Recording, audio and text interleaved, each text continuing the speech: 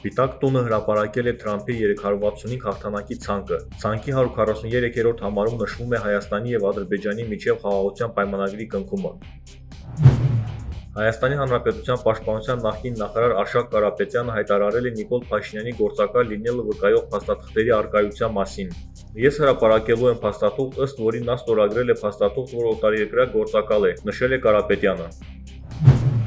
Հունվարի 27-ը սահմանվեց որպես հայրենիքի պաշտպանության համար զոհվածների հիշատակի օր, այն ոչ աշխատանքային կլինի, նախագահը ստորագրել է համապատասխան օրենքը։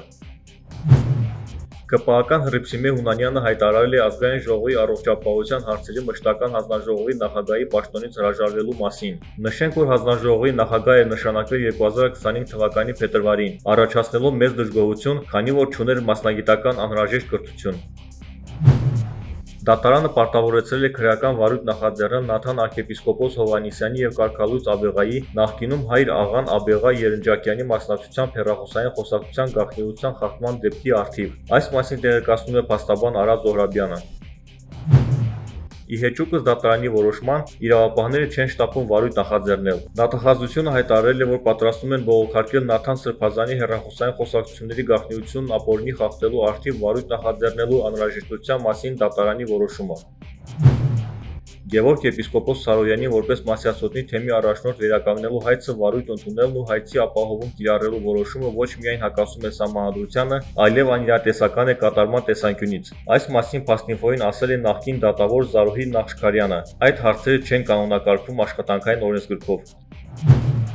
Փաշինյանին միացած 10 տիրադար եպիսկոպոսները հիմա էլ անվավեր կառույց են հռչակել Գերագույն հոգևոր խորհուրդը և պահանջել չեղարկել արտերկրում եպիսկոպոսատ ժողով գումարելու որոշումը։ Նշենք, որ Գարեգին Բ-ի հրավերով եպիսկոպոսատ ժողովը տեղի կունենա Աստրիայի Սանկտ Փյոլթն քաղաքում փետրվարին։